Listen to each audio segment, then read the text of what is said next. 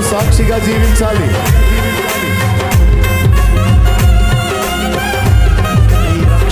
పరిగెత్తు. రక్షణ నీకోసం, రక్షణే నీకు సంరక్షణ. యేసు రక్తములో పాపాలు కడుక్కోవాలనుకుంటే పరిగెత్తు. మారిపోవాలి నీ జీవితం. నీ వ్యభిచార జీవితం మారిపోవాలి, దొంగ జీవితం మారిపోవాలి, పాపపు జీవితం మారిపోవాలి, త్రాగుబోతు జీవితం మారిపోవాలి, పాప జీవితం మారాలి. నా ప్రభు నీ కోసమే ఇంత పెద్ద ఏర్పాటు చేసింది, నీ కోసమే.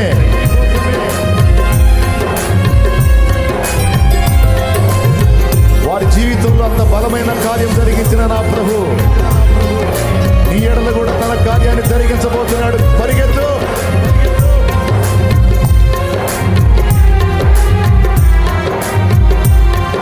ఈ రక్షణే నీకు సంరక్షణ.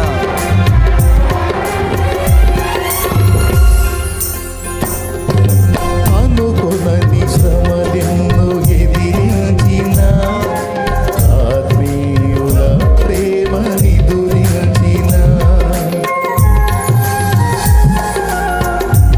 బాప్తిస్మాలకు వచ్చే వాళ్ళని రానివ్వండి. అరే ఆడ అడ్డం నిలబడ్డారు మీరు. పరిగెత్తు పరిగెత్తు. విడుదల విడుదల ప్రకటించబడింది నీకు. పరిగెత్తు. నా ప్రభు పిలుస్తున్నాడు. పరిగెత్తు. ఇంకెంతకాలం పాపం, ఇంకెంతకాలం పాప బ్రతుకు, ఇంకెంతకాలం నరకానికి పోయే జీవితం.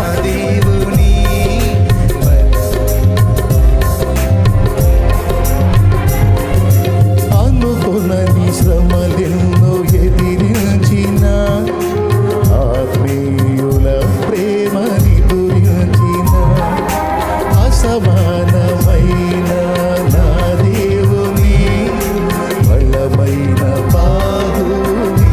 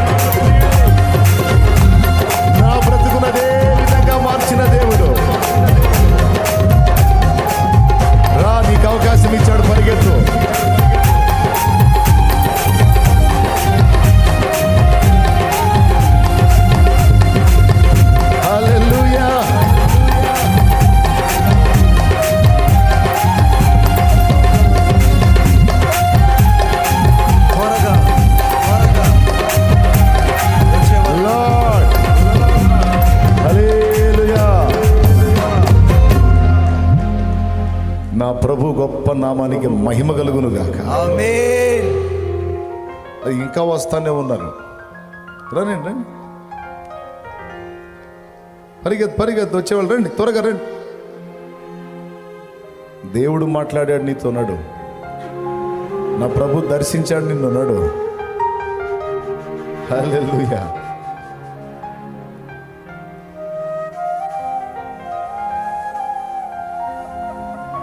మీరందరూ నా ప్రభువుని కోరుకొని వచ్చారా?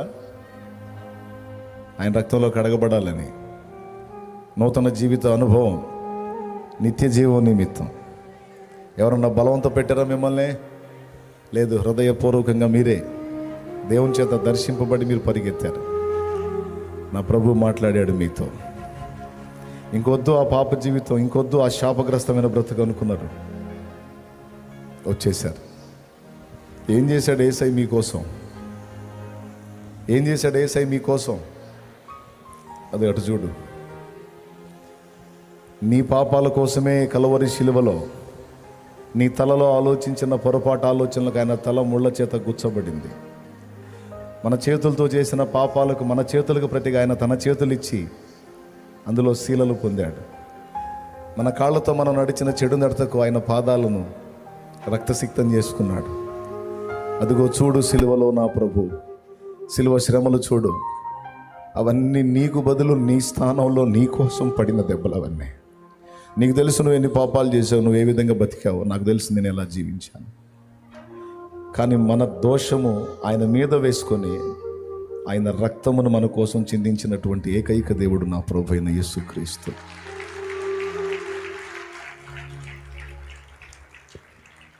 ఒకవేళ ఆయన ఆ విధంగా శిక్ష పొందకపోతే మనం నరకం నుంచి తప్పించుకునే ఛాన్సే ఉండదు.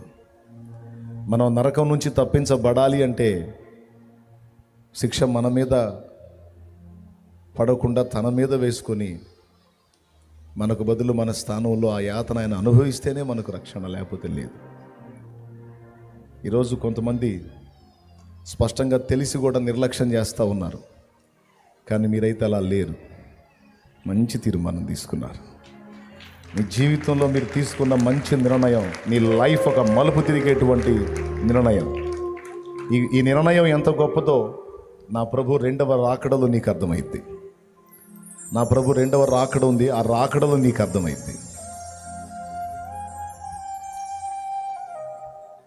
మన కోసం సిలువను అనుభవించి, సిలువలో ప్రాణం పెట్టి సమాధి చేయబడి మూడవ నాడు పునరుద్ధానుడై తిరిగి లేచి, మీకు తెలుసా త్వరలోనే బహు సమీపములోనే రాబోతున్నాడు ఆయన. ఈ లోకమంతా రొమ్ము కొట్టుకునే రోజు వచ్చింది.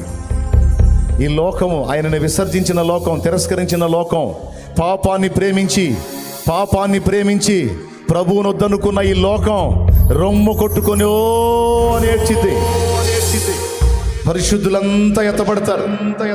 యేసు రక్తంలో పాపాలు కొడుకొని పరిశుద్ధ పరచబడిన పరిశుద్ధులు అలాగున ఎత్తబడతారు ఆయన దగ్గరికి. అప్పుడు విడవబడినటువంటి అన్యులు రొమ్ము కొట్టుకొని ఏడుస్తారు, అయ్యో ప్రభువా మా గతి ఏమిటని.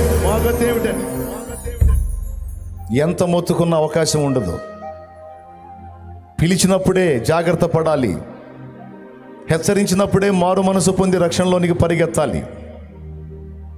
ఆయన సమయం ఇచ్చింది అయిపోగొట్టుకుంటే ఇక మొత్తుకున్న అవకాశం ఉండదు. ఈరోజు మీరు అందరూ ఆ సత్యాన్ని తెలుసుకొని ఈ టైంని ఇక పోనీయకూడదు. నా ప్రభు సాక్షిగా బ్రతకాలి, రాకడకు సిద్ధపడాలి. నేను కూడా పరిశుద్ధులంతా ఎత్తబడేటప్పుడు నేను కూడా పరిశుద్ధురాలినై ప్రభువుని ఎదుర్కోవాలి నేను కూడా అనే తీర్మానంతో మీరు అందరూ కూడా ముందుకు వచ్చేసారు. వీళ్ళందరినీ బట్టి ప్రభువుని మహింపరుద్దామా? చప్పట్లు గట్టిగా కొట్టి దేవుని మహింపరుద్దామా? ఇక్కడ ఉన్న వాళ్ళలో ఇంకా ఎవరైనా రక్షణ పొందకపోతే ఆ సభలో ఉన్నటువంటి వాళ్ళందరికీ చెప్తున్నా, దేవుడు ఈ ఛాన్స్ నీకు ఇచ్చాడు, దీన్ని పోగొట్టుకుంటే మళ్ళా రాదు. ఎందుకంటే తెలియదు నీ ప్రాణం పోకడా ప్రభు రాకడా. అందుకే సిద్ధపడి ఆయన రక్తంలో కడగబడి జాగ్రత్త పడు. ఆయన యందు విశ్వాసం ఉంచి నువ్వు విశ్వాసంతో ఆయన వైపు అడుగులేస్తే నీ యాత్ర ముగించేదాకా ఆయనే నిన్ను చూసుకుంటాడు, ఆయనే నిన్ను నడిపిస్తాడు, ఆయనే నీకు బలాన్ని, తన ఆత్మాభిషేకాన్ని నీకు ఇస్తాడు, తన ఆత్మనిచ్చి నడిపించుకుంటాడు. ఏం దిగులు పడాల్సిన అవసరం లేదు. నువ్వు ప్రభువును నమ్మి అడిగేశావు, నా తండ్రి చూసుకుంటాడు. ఇంక వెనక్కి వెళ్ళేది ఏమన్నా ఉందా? ఎన్ని రోజులు? పెద్దగా చెప్పండి. 4 రోజుల, 4 నెలల, 4 సంవత్సరాల? మరి ఎప్పుడు దాకుంటారు నా ప్రభుతో? అంతము వరకు. బా,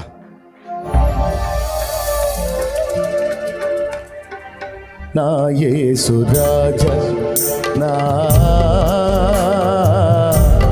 ఆరాధ్య దైవమా, ఆరాధ్య దైవమా, నా స్తోత్ర గీతమా, నా స్తోత్ర గీతమా, ఆరాధ్య దైవమా, నా యేసు రాజా, రాజా, రాజా, రాజా, రాజా, రాజా, యేసు రాజా, రాజా, రాజా, యేసు రాజా, రాజా,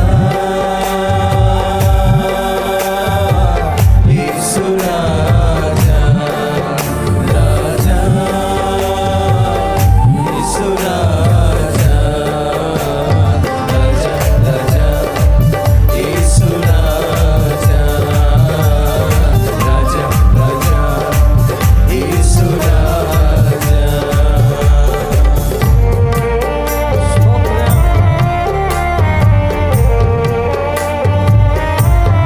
లార్డ్, హల్లెలూయా.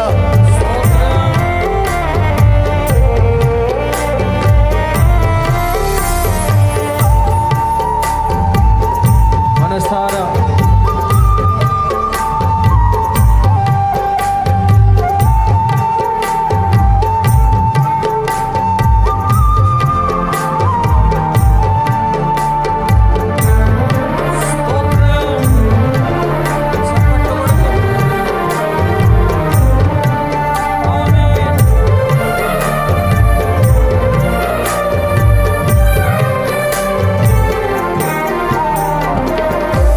నీ రథ అశ్వముగా, నీ త్యాగబంధము నన్ను బంధించెనా.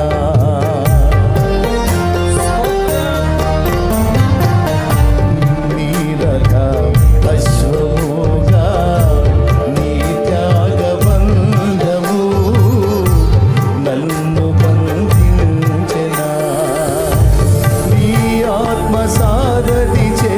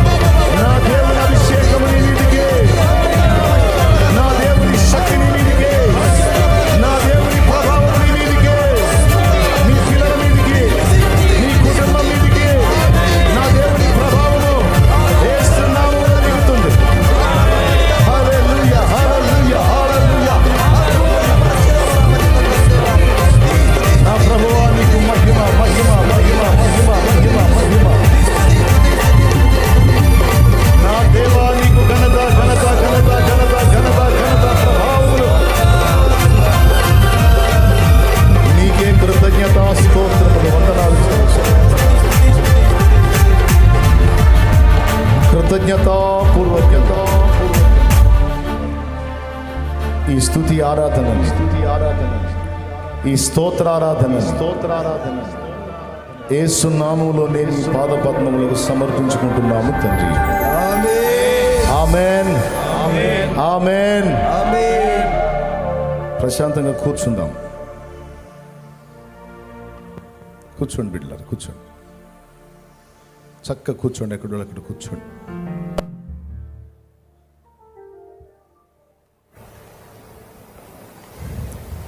ప్రశాంతంగా ఎక్కడో అక్కడ కూర్చోండి. వందనాలు. కూర్చోండి, ప్రశాంతంగా కూర్చోండి.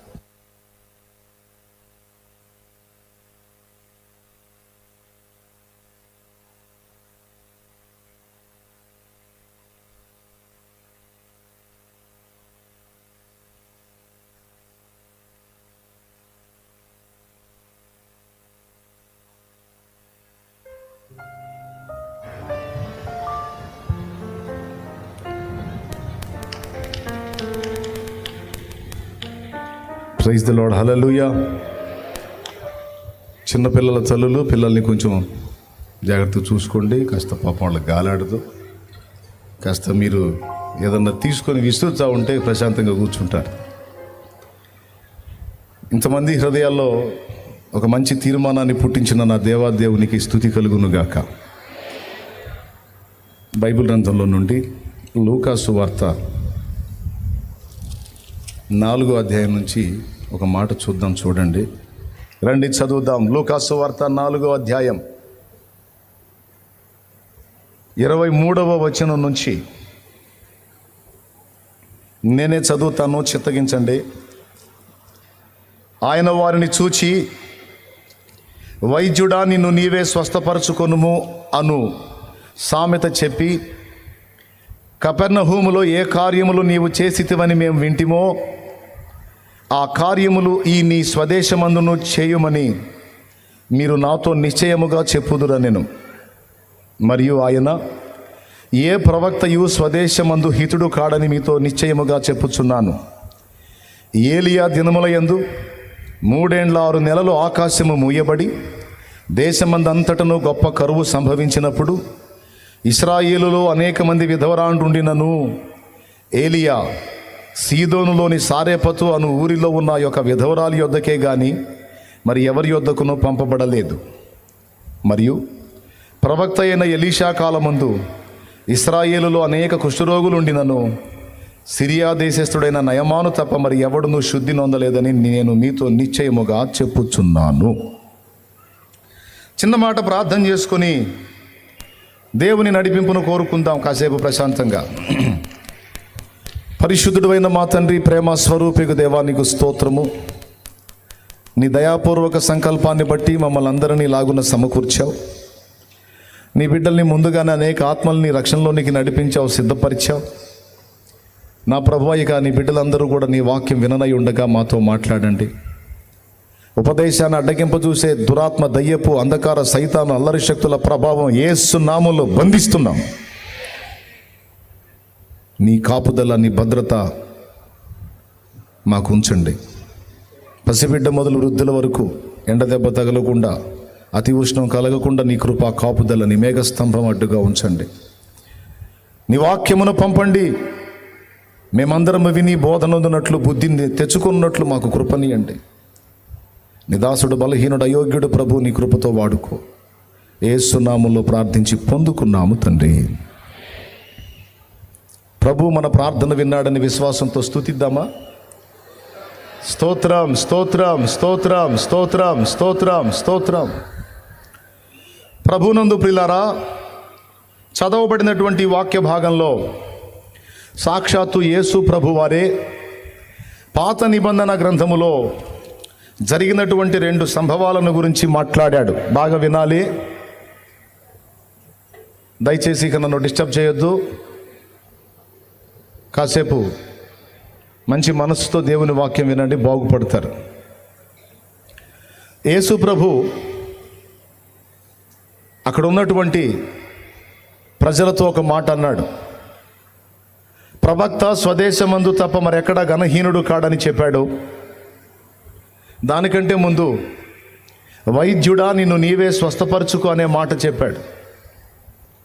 తర్వాత వాళ్ళ వైపు చూసి మీరంటారు, కపెర్నహూములో నువ్వు ఎలాంటి కార్యాలు చేసావో, ఎలాంటి కార్యాలు అద్భుతాలు చేసావని మేము విన్నామో, అవి ఈ నీ స్వదేశమందు కూడా చేయమని మీరు చెప్తారని నాకు తెలుసు. ఎందుకంటే మీరు కార్యాలు చూస్తేనే కానీ నమ్మరు. మీరు ఎవరినైనా నమ్ముతారు ఇతరులని, దేన్నైనా నమ్ముతారు ఇతరులని. కానీ నేను మీ సమీపస్తుని కదా, మీకు దగ్గరవాణ్ణి కదా, అందుకని మీరు నన్ను లక్ష్య పెట్టరు అని చెప్పి ఈ 2 స్టోరీలు చెప్పాడు. యేసు ప్రభు చెప్పాడు, పాత నిబంధన స్టోరీస్ 2. ఇప్పుడు సారెపతు ఊరిలో ఉన్న విధవరాలు ఒక్కతేనా, లేకపోతే ఇశ్రాయేలులో చాలామంది విధవరాండ్రు ఉన్నారా అన్న ప్రశ్న వేసుకుంటే, ఇశ్రాయేల్లో చాలామంది విధవరాండ్రు ఉన్నారు. కానీ ఎంతమంది విధవరాండ్రు ఉండినను ఏలియా ఎక్కడికి పంపబడ్డాడు అంటే,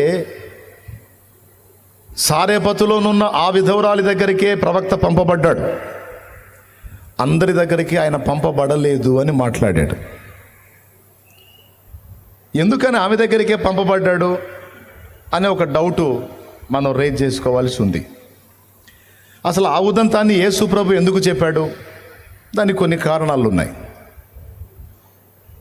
దుష్టుడైన అహబు రాజు ఇశ్రాయేలు జనాంగాన్ని పరిపాలిస్తున్న రోజులవి.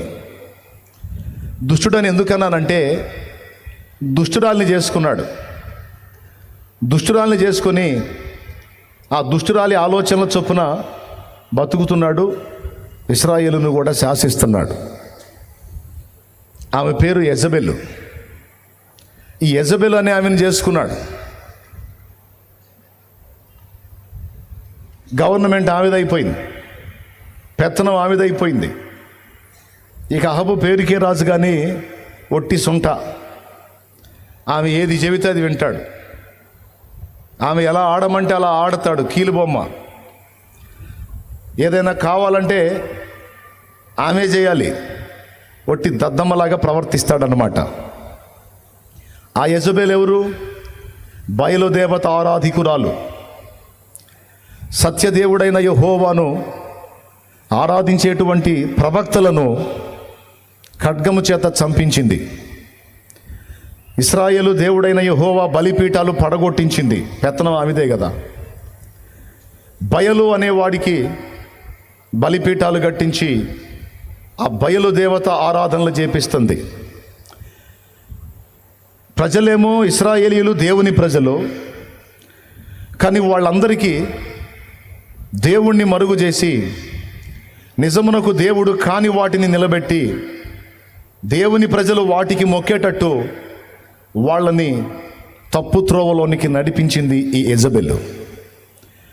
దాదాపు 450 నుండి 800 మంది బయలు ప్రవక్తలను తన దగ్గర జీతానికి పెట్టుకున్నారు. అహబు రాజు యెజబెలు జీతగాళ్లను పెట్టుకున్నారు. బాగా వినండి. ఈ జీతానికి ప్రవచించేటువంటి వాళ్ళని పెట్టుకొని వాళ్ళ చేత ఇశ్రాయేలు సర్వ సమాజాన్ని దారి తప్పించారు. ఇక మరి దేవుడు ఊరుకోడుగా, తన ప్రజల్ని 2 తలంపుల్లో ఇరికిచ్చి యెహోవా దేవుడా బయలుదేవుడా అనేది అర్థం కాకుండా చేసేస్తే మరి దేవుడు ఊరుకోడుగా. దేవుడు తిష్బీయుడైన ఏలియాతో మాట్లాడాడు. బాగా వినండి. ఆ ఏలియా ఆ ప్రాంతం నుంచి ఇజ్రాయేలుకు వచ్చి ఇజ్రాయేలు రాజ్యానికి వచ్చాడు. రాజు దగ్గరకు వచ్చాడు. రాజు దగ్గరకు వచ్చి రాజు ముఖం మీద అంటున్నాడు, ఇశ్రాయేలు సర్వ సమాజాన్ని నువ్వు నీ భార్య దారి మళ్లించారు. జీవము గల దేవుని వైపు నుండి శపితమైన వాటి వైపు త్రిప్పబట్టానికి మీరు కారణమయ్యారు. మీరు చెబితే ఆ ప్రజలు కూడా మీ మాట విని మీరు చెప్పినట్లే ఆడుతున్నారు. గనుక ఇక ఏం జరగబోతుందో నేను చెప్తున్నానని, ఇది మొదలుకొని 3.5 సంవత్సరం ఆకాశపు మంచైనను వర్షమైనను ఈ దేశం మీద కురవదు. 3.5 సంవత్సరం కఠినమైన కరువు ఇజ్రాయెల్లో ఏర్పడుతుంది. ఇదే యెహోవా వాక్కు అని అహబు ముఖం మీదకి వెళ్ళి చెప్పి వెళ్ళిపోయాడు. వాస్తవంగా రాజు ముఖం మీదకి వెళ్ళి ఎవడైనా ఇలా మాట్లాడితే అతడు చేసే పని ఏంటో తెలుసా? పట్టుకొని చంపేసేయండి రా అంటాడు. కానీ వచ్చినోడు ఎవరు? దైవ ప్రవక్త. ఈ మాటలన్నీ మాట్లాడుతుంటే వాడికి సౌండ్ లేదు, ఆ దుష్టరాజుకు సౌండ్ లేదు. యెహోవా ప్రవక్తలను చంపించిన రాజుకి సౌండ్ లేదు. ఏలియా వెళ్ళిపోయి దేవుని సన్నిధిలో కనిపెడితే దేవుడు అన్నాడు, మరి రాజ్యానికి కరువు వచ్చేటట్టు ప్రవచించావు, మరి ఆ కరువు ఎఫెక్ట్ నీ మీద కూడా పడిద్ది. కాబట్టి నేను నీకు చెప్పిన ప్రకారం కెరీతు వాగు దగ్గరికి వెళ్ళు, ఆ వాగు దగ్గర నేను చూపించిన స్థలంలో దాగి ఉండు. నేను నీ గురించి కాకోలములకు ఆజ్ఞాపించాను. సాయంత్రానికి ప్రతి దినం నీకు ఆహారం తీసుకొస్తాయి. అవి ఆ ఆహారం రొట్టెలు మాంసం తీసుకొస్తాయి. చక్కగా నువ్వు వాటిని భుజించి ఆ వాగు నీళ్లు తాగి బ్రతుకుతావని సలహా ఇచ్చాడు. వెళ్ళాడు. ప్రభు చెప్పినట్టే వెళ్ళి అక్కడ మనుగడ సాగిస్తున్నాడు. రోజు కాకులు వచ్చాయి. పోయిన సంవత్సరం మన బ్యాక్గ్రౌండ్ అదే. ఏలియాకు కాకులు వచ్చి ఆహారం ఇవ్వటం మన బ్యాక్గ్రౌండ్. అప్పుడు పోయిన సంవత్సరం పెట్టిన బ్యాక్గ్రౌండ్ అదే. ఏలియా కూర్చుంటాడు, వాగు దగ్గర కాకులు వచ్చి ఆహార రొట్టెలు మాంసం ఇస్తుంటాయి. స్తోత్రం చెప్పండి, గట్టిగా చెప్పండి.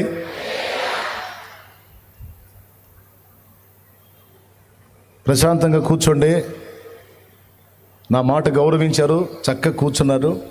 ఇంకా ఒకరిద్దరు అక్కడక్కడ తిరుగుతున్నారు. కూర్చోవాలి, ఎక్కడోళ్ళు అక్కడ టపీమని కూర్చోవాలి. ఎక్కడ స్థలం దొరికితే అక్కడ కూర్చో, అంతే.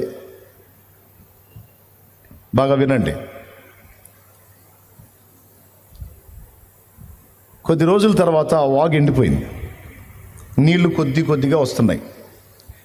అప్పుడు మళ్ళీ యెహోవా వాక్కు ఏలియాకు ప్రత్యక్షమై, ఏలియా, ఇప్పటిదాకా కాకులు తీసుకొచ్చిన ఆహారం తిన్నావు, ఈ వాగు నీళ్లు తాగావు. ఇప్పుడు నీకు ఆహారం పెట్టడానికి సారేపతులో ఉన్న ఒక విధవరాలితో నేను మాట్లాడాను. అక్కడికి వెళ్ళు, నీకు అక్కడ ఆహారాన్ని సిద్ధపరిచాను. కరువు కాలం తీరేంత వరకు నువ్వు అక్కడే ఉండి ఆహారం తీసుకోమని ఆయన చెప్పాడు. ఈయన చెప్పిన ప్రకారం సారేపతు ప్రాంతానికి వెళ్ళాడు. ఆ ఊరి గవిన్ దగ్గరకు వచ్చినప్పుడు ఒక ఆమె అక్కడ పుల్లలు ఏరుకుంటుంది. పుల్లలో. ఈయన ఆమెను చూసి, అమ్మా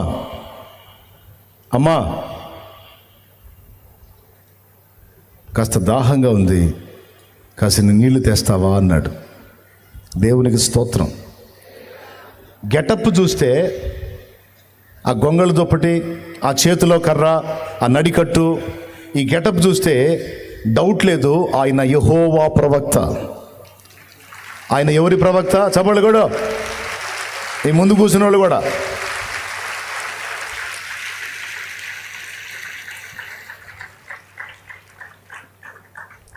మీరు మీ వరకు కొట్టండి చప్పట్లో. రైట్ తమ్ముడా, జాగ్రత్తగా విను, అలిసిపోయినట్టున్నాం.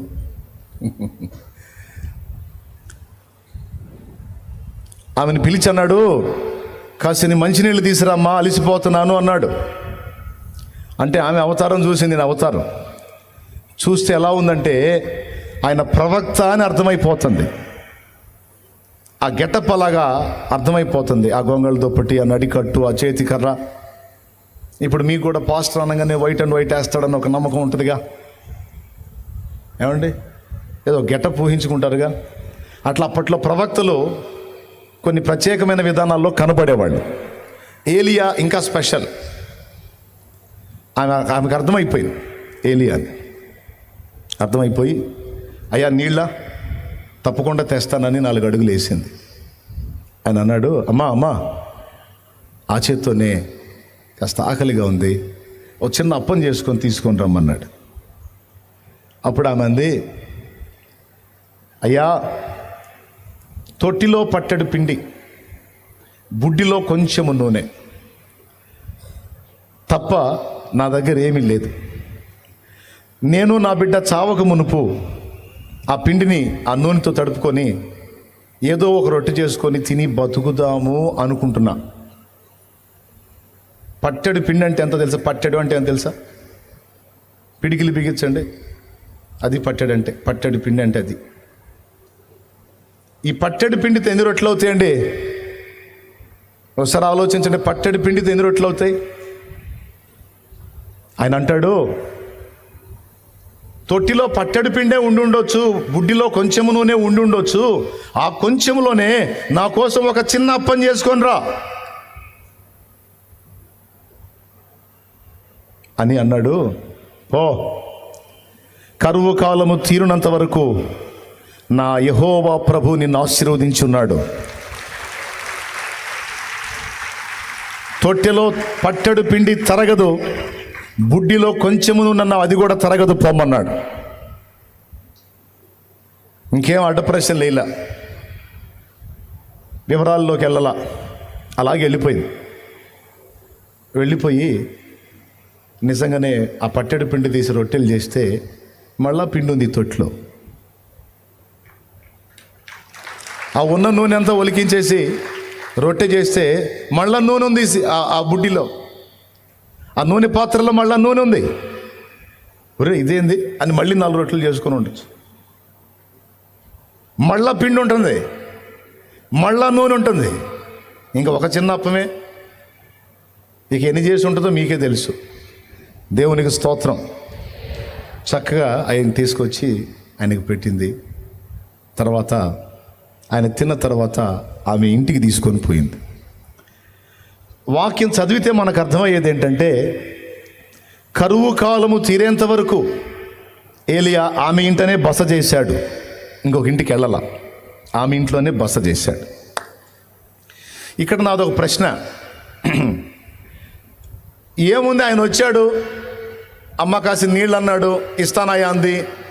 రొట్టె తీసురా అన్నాడు, కొంచెమే పిండి ఉందయ్యా అంది. ఆ తక్కువ కాదులే పోమ్మా, చేసుకొని రాపో అన్నాడు. పోయింది, చేసుకొచ్చింది. ఇంకక్కడ ఆమె గొప్పతనం ఏంటి, ఆమె గురించి యేసయ్య అంతగా మాట్లాడాల్సిన అవసరం ఏంది అన్నది ఒక ప్రశ్న. ఆమె గురించి యేసయ్య స్పెషల్గా వాళ్ళకి చెప్పాల్సిన అవసరం ఏంటి అన్నది ఒక ప్రశ్న. దానికి సమాధానం చెప్తాను, వినండి. వాస్తవంగా ఇజ్రాయేలు రాజు ముక్కు మీద వేలు పెట్టి పోయి వార్నింగ్ ఇచ్చి వచ్చిన వ్యక్తి ఏలియా. ఈ యెజబెల్ ఏం చేస్తుందో తెలుసా? ఎవరైనా యెహోవా ప్రవక్త కనబడితే ఆ వ్యక్తిని చంపేస్తుంది. ఎవరైనా యెహోవా ప్రవక్తలను చేరదీసినా, ఆతిథ్యం ఇచ్చినా, గౌరవించినా, వాళ్ళకి ఏదన్నా హెల్ప్ చేసినా వాళ్ళు అవుట్. ఎవరు చేస్తున్న పని అంటే యెజబెల్, అహాబు రాజు భార్య. ఆశ్చర్యకరమైన విషయం ఏంటంటే, ఈ సారెపతు ఏ ప్రాంతాంతో తెలుసా? యెజబెల్ సొంత ప్రాంతం సీదోన్ అయితే, ఆ సీదోను పట్టణ సంబంధమైందే ఈ సారెపతు. దేవుడు చూడండి ఏలియాని అడిగి పంపించాడు. రాజ్యం మొత్తం వెతుకుతున్నారు ఏలియా ఎక్కడన్నా దొరికితే ఏలియాని పట్టుకొని చంపాలని. ఎందుకంటే ఏలియా పలికిన ప్రకారం ఆ పలికిన రోజు నుంచి పైన వాన లేదు, మంచు లేదు, ఏమీ లేదు. ఎక్కడెక్కడ వాగులు చెరువులు మొత్తం ఎండిపోతున్నాయి. ఇలాగ ఎండిపోవటానికి కారణం ఏలియా అని, ఏలియా దొరికితే పట్టుకొని చంపాలని ఏలియాని వెతుకుతున్నారు వాళ్ళిద్దరు కలిసి. అహాబు రాజు వాళ్ళ భార్య చాలా పగబట్టున్నారు. ఇప్పుడు ఈమె ఎంత పని చేసిందో తెలుసా? మనకు కనపడిద్ది, ఒక రొట్టె తెచ్చింది, కాసిన నీళ్ళు ఇచ్చింది, ఇంకేం చేసింది అనిపిస్తుంది. కాదు కాదు కాదు. యెహోవా ప్రవక్త అని తెలిసి అతన్ని చేరదీస్తే, అతనికి ఆతిథ్యం ఇస్తే తన ఫ్యామిలీ అవుట్, చంపివేయబడతారు. అయినా ఆమె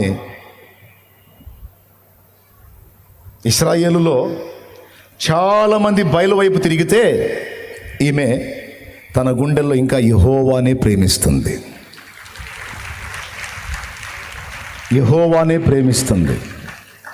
యెహోవా ప్రవక్త ఆమెకు ఎదురుపడ్డాడు. ఏలియా గొప్పవాడు, అసలు ఈ కరువు అంతటికి కారణం ఆయనేనన్న సంగతి ఆమెకు తెలియదు. ఆయన అగ్ని ప్రవక్త, ఆయన పలికితే ఏదైనా జరిగింది, సామాన్యుడు కాదు అన్న సంగతి ఆమెకు తెలీదు. ఆమెకు ఒకటి తెలుసు, ఈయన దైవజనుడు, ఈయన యెహోవా ప్రవక్త, నేను నా బిడ్డ ఈ కారణాన్ని బట్టి చంపబడ్డా పర్వాలేదు, కానీ నా దేవుని సేవకుడిని మాత్రం నేను గౌరవిస్తాను అని ఫిక్స్ అయింది. నా దేవుని సేవకుడిని కాపాడుకుంటాను, నా దేవుని సేవకుడిని బతికించుకుంటాను. బతికితే మొత్తం కలిసి బతుకుతాం, చస్తే మొత్తం చస్తాం. దేవుడు తీసుకొచ్చి ఎక్కడ పెట్టాడో చూడండి. ఏలియాని యెజబెల్ రాజ్యం మొత్తం వెతికిద్ది, కానీ వాళ్ళ సొంత ఊర్లో వెతికిద్దా? ఎట్టి పరిస్థితుల్లో అతను మా ఊరు మా ప్రాంతాలకు పోడు, ఎందుకంటే ఎక్కడున్నా నాకు సమాచారం వచ్చిందని ఏలియాకి తెలుసు కాబట్టి మా ఊరు మా సరిహద్దుల్లోకి అయితే పోడు అని ఆ ప్రాంతం ఒక్కటి వదిలిపెట్టి మిగిలిన దేవులు ఆడుతున్నారు వాళ్ళు. ఆయన వ్యవహారం అంతా అంతే ఉంటుంది. పైన కూర్చున్నాడు సామాన్యుడు కాదు, కొట్టు, పైన కూర్చున్నాడు సామాన్యుడు కాదు. ఎక్కడైతే శత్రువు ఇల్లు ఉందో ఆ శత్రువు ఇంట్లోనే కూర్చోబెట్టాడు పోయి ఏలియాని. మన ఇళ్లలో దొంగలు ఉంటారు, ఇంటి దొంగలు తెలుసా మీకు? మన ఇంట్లో జేబులు కొట్టేవాళ్ళు ఉంటారు. ఎవరో కాదు, భార్య. దేవునికి స్తోత్రం. మామూలు కొట్టరు, కొంతమంది జేబులు భయంకరంగా కొడతారు. డబ్బులు తీసుకొచ్చి దాచిపెట్టుకుంటాడు, జేబులో పెడతాడా? అయిపోతాయి అవి. దేవునికి స్తోత్రం. విచిత్రం ఏంటంటే కొన్నిసార్లు వాళ్ళు దాచిపెట్టే వస్తువులు, దాచిపెట్టే సామాగ్రి ఎక్కడ దాచిపెడతారో తెలుసా? భర్త వెతికే అవకాశం ఉంది అనుకుంటే అతని జేబులోనే దాచిపెడతారు, అతని చొక్కా జేబులోనే దాచిపెడతారు. ఇల్లు మొత్తం వెతుక్కుంటాడు, భార్య చీరలన్నీ తిరగేస్తాడు, బీరువా అంతా తిరగేస్తాడు, అన్నీ తిరగేస్తాడు. ఆడి జేబు వెతుక్కోడుగా, ఎందుకంటే ఆడి జేబులో ఉన్నాయో లేవో ఆయనకు తెలుసుగా. అందుకని ఈమె ఏం చేసిద్దంటే ఆయన జేబులోనే పెట్టింది. ఐడిజిన్ చొక్కా ఉంటుందిగా, ఆ జేబులో పెట్టేసింది. ఇక అన్నీ వెతుకుతాడు కానీ అక్కడ ఎతకడం. ఈ వెతకటం అంతా అయిపోయిన తర్వాత సైలెంట్గా పోయి ఆ జేబులో తీసి మళ్ళీ చీర కింద పెట్టింది. ఆడవాళ్ళు కొంతమంది ఎవరి ఎవడియాలు వాళ్ళకు ఉంటాయని తీసుకొచ్చి చూడు ఎక్కడ పెట్టాడో. యెజబెల్ జేబులో పెట్టాడు ఏలియాని తీసుకొచ్చి. దేవునికి స్తోత్రం కలుగును గాక. మోషేని తీసుకెళ్ళాము, ఏ రాజు అయితే ఆజ్ఞాపించాడో పసిపిల్లల్ని చంపేయమని వాడి ఇంట్లోనే మోషే పెరిగేటట్టు చేశాడు. ఆయన పనులన్నీ అంతే ఉంటాయి. ఎవడైతే నీకు డేంజర్గా ఉంటాడో వాడి దగ్గరే నీకు అవకాశాలు దొరికేటట్టు చేస్తాడు దేవుడు. ఎవడైతే నీకు తలపోటుగా తయారవుతాడో వాడే నీకు హెల్పర్గా మారేటట్టు చేస్తాడో. ఆయన సామాన్యుడు కాదు. ఈరోజు నువ్వు కూటానికి వస్తుంటే కాళ్ళు ఇరగొడతా, మొహం పగల కొడతా అన్నోడే బైక్ మీద ఎక్కించుకొని గుర్రంలాగా నేను ఎక్కించుకొని రాబోతే అప్పుడు అడుగు, యేసు నామములో. ఇప్పుడు కాళ్ళు ఇరగొడతా, చేతులు ఇరగొడతా, మొహం పగల కొడతా, పళ్ళు రాలు కొడతా అనేవాడు బైక్ స్టార్ట్ చేసుకుని ఆలస్యం అవుతుంది, ప్రార్థన స్టార్ట్ అవుతుంది, ఏంది రావేంది అనకపోతే అప్పుడు అడుగు, అనిపిస్తాడు నా దేవుడు, అనిపిస్తాడు నా దేవుడు. మోసుకుంటా పోవాలి గాడిదలాగా యేసునామంలో. ఇప్పటికే కొంతమంది మోస్తున్నారు ఆ మాటలు అన్నోళ్ళు. నీ ఇంట్లో కూడా ఆ రోజులు వస్తాయి, నీ ఇంట్లో కూడా ఆ రోజులు వస్తాయి. దేవునికి స్తోత్రం. తీసుకొచ్చి సారేపతుల్లో పెట్టాడు. అన్ని చోట్ల ఎత్తుకుతున్నారు కానీ అక్కడ ఎతకట్లా, ఆడే ఉన్నాడు.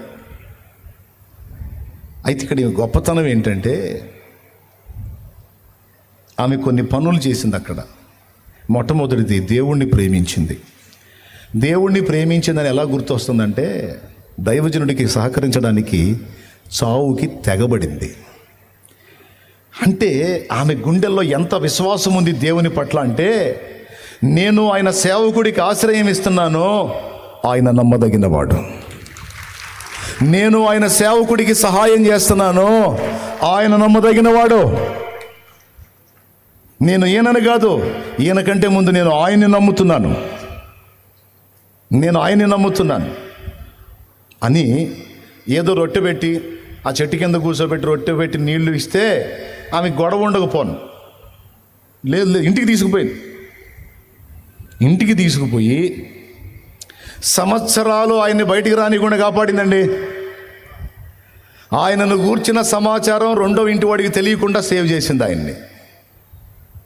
ఏ ఒక్కరికి తెలిసినా మొత్తం వ్యాపించేది, కానీ ఎవరికి తెలియదు ఆ ఇంట్లో ఉన్నాడు ఏలియా. కరువు కాలం తీరేంత వరకు అక్కడే ఉన్నాడు. ఇక్కడ ఇశ్రాయేల్లో చాలామంది విధవరాండ్రు ఉండినను అక్కడికే ఎందుకు పంపబడ్డాడు ఏలియా అంటే, సరైన వ్యక్తి అక్కడే ఉంది, ఆమె అయి ఉంది. దేవుని ప్రేమించి దేవుని మాటకు విధేయత చూపి దైవజనులకు లోబడి దైవజనులను సన్మానించి సత్కరించి వారిని గౌరవించేటువంటి మనస్సు కలిగిన స్త్రీ ఆమె.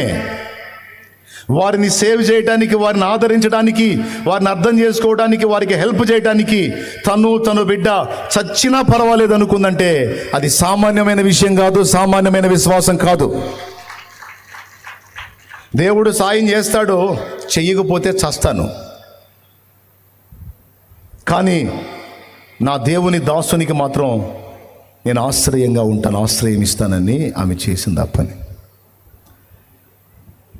ఇక్కడ దేవుడు పంపిన వాణిని గౌరవించటం అనేది, అలాగే దేవుని యందు విశ్వాసం ఉంచటం అనేది, దేవుణ్ణి ప్రేమించటం అనేది, అలాగే దేవుని సంబంధాలని దాచటం, కాయటం అనేది, పరిస్థితులు తారుమారైతే అవసరమైతే చచ్చిపోదాం, కానీ దేవుని కోసం, దేవుని పిల్లల కోసం అవసరమైతే బలైపోదాం.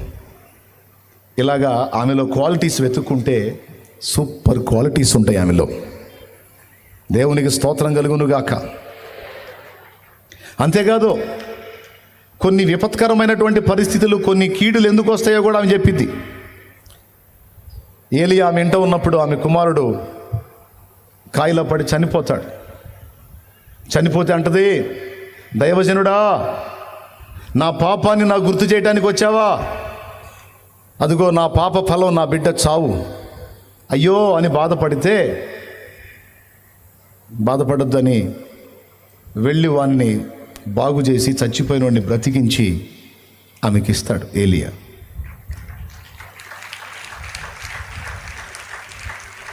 ఇలాంటి అద్భుతాలు రెండు. ఒకటి, కఠినమైన కరువు కాలంలో అందరికీ ఆహారం లేదు, కానీ ఈమె ఇంట్లో మాత్రం సమృద్ధి ఉంది. ఎవరిని బట్టి ఉంది? దేన్ని బట్టి ఉందంటే, దేవుణ్ణి బట్టి, దైవజనుని బట్టి, వారిని ప్రేమించుటను బట్టి, గౌరవించుటను బట్టి, లోబడుటను బట్టి, వారికి హెల్ప్ఫుల్గా ఉండటాన్ని బట్టి 2 చేశాడు దేవుడు. ఒకటి, ఆమెకు కరువు దరి చేరకుండా ఆమెని సమృద్ధితో నింపాడు. ఈరోజు గుర్తుపెట్టుకోవాల్సినటువంటి విషయం ఏంటంటే, నీ కొరకు ఉపచారం చేస్తూ, నీ కొరకు పరిచర్య చేస్తున్నటువంటి దైవ జనాంగానికి నువ్వు ఇచ్చే రెస్పెక్ట్ ఎంత, నువ్వు ఇచ్చే మర్యాద ఎంత, నువ్వు ఇచ్చే ఆధిక్యత ఎంత. నువ్వు నిజంగా దేవుణ్ణి ప్రేమిస్తే దైవ జనులను కూడా నీవు గౌరవిస్తావు. దేవుని ఎడల నీకు భయభక్తులు ఉంటే దైవ జనుల ఎడల కూడా నీకు గౌరవం ఉంటుంది. దేవుని ఎడల నీకు సదభిప్రాయం ఉండి నువ్వు దేవుని ప్రేమించి భయపడే వ్యక్తివైతే దైవజనుల పర్సనల్స్లోకి నువ్వు ఎంటర్ అవ్వవు. ఆయన పర్సనల్స్ ఆమె అడగల, నువ్వు ఎవరివి, ఎందుకు వచ్చావు, ఏంటి నీ ఏం అడగల. వాటితో నాకు అనవసరం. ఆయన దైవజనుడు అని నేను ఎరుగుదును, నేను చేయదగ్గ సాయం ఆయనకి చేస్తాను అని తీర్మానించుకొని దేవుని యందు విశ్వాసం ఉంచింది. ఆయన ప్రవక్త యందు కూడా విశ్వాసం ఉంచింది. యెహోషాపాతు అనే రాజు అంటాడు, ఇశ్రాయేలీయులారా యెహోవాను నమ్ముకొనుడి, అప్పుడు మీరు స్థిరపరచబడతారు. ఆయన ప్రవక్తలను నమ్ముకొనుడి, అప్పుడు మీరు కృతార్థులవుతారు అంటాడు. కృతార్థులు అంటే పరీక్షలో పాస్ అవుతారు అని అర్థం. ఇక్కడ దైవజనుడిని ఎంత ఘనపరిచాడో చూడండి దేవుడు. ఇలాగున దైవజనుడికి ఆశ్రయం ఇచ్చి ఆహారం ఇవ్వడానికి ఇష్టపడినందున రెండు జరిగినాయి ఆమెకి. మొదటిది, లోకమంతా కరువు ఉన్నా ఆమె ఇంట్లో సమృద్ధి ఉంది. ఈరోజు ఇక్కడ కూర్చున్న మీ అందరికీ చెప్తున్నాను, దేవుని నిమిత్తము, దేవుని కొరకు, దేవుని పరిచర్య కొరకు, దైవజనుల కొరకు, దేవుని పాత్రల కొరకు త్యాగం చేసి నేను నష్టపోయాను అని ఫీల్ అవుతున్నావా? గుర్తుపెట్టుకో, దేవుడు అన్యాయస్తుడు కాడు, దేవుడు అన్యాయస్తుడు కాడు, దేవుడు అన్యాయస్తుడు కాడు. గుర్తుపెట్టుకో, నీ ఇంట సర్వ సమృద్ధిని ఆయన నింపబోతున్నాడు. సమృద్ధి, అయిపోని ఆశీర్వాదం, తరగిపోని దీవెన. నువ్వు తీసే కొద్దీ వస్తుంది. అలాంటి కృప నా తండ్రి నీకు తప్పకుండా ఇస్తాడు. ఎప్పుడు? ఆయనను ప్రేమించి ఆయన యందు విశ్వాసం ఉంచినప్పుడు, అలాగే ఆయన ఏర్పరిచిన పాత్రలను కూడా గౌరవించి వారిని కూడా ఆదరించినప్పుడు. కొంతమంది తల్లులు నాకు తెలుసు, దైవజనులు అంటే చాలా గౌరవిస్తారు, చాలా మన్నన చేస్తారు. వాళ్ళ పిల్లలు కూడా నేర్పుతారు, అయ్యా దైవజనుడు వందనాలు చెప్పు, దైవజనుడు గౌరవించు, అదిగో దైవజనుడు కానుక చేతిలో పెట్టు, అదిగో దైవజనుడు అని చెప్పే మాటలు సావధానంగా విను, అదిగో దైవజనుడు ప్రార్థన చేయించుకో, ఆ ప్రార్థనలో ఆయన ఏం పలుకుతున్నాడో జాగ్రత్తగా విను. తల్లులు పిల్లలకు నేర్పుతారు. భక్తిగల తల్లులు పిల్లలకి నేర్పారు. కొంతమంది తల్లులు, వాళ్ళ కుటుంబాలు నాకు తెలుసు. ఈరోజు ఆ కుటుంబాలు ఎలా ఉన్నాయో తెలుసా? దేవుణ్ణి ప్రేమించిన కుటుంబాలు, దైవ సేవకుల్ని సన్మానించిన కుటుంబాలు పచ్చగా కళకళలాడుతున్నాయి. వాళ్ళు బాగుపడ్డారు, వాళ్ళకు పుట్టిన వారిని కూడా నా తండ్రి ఆశీర్వదించాడు.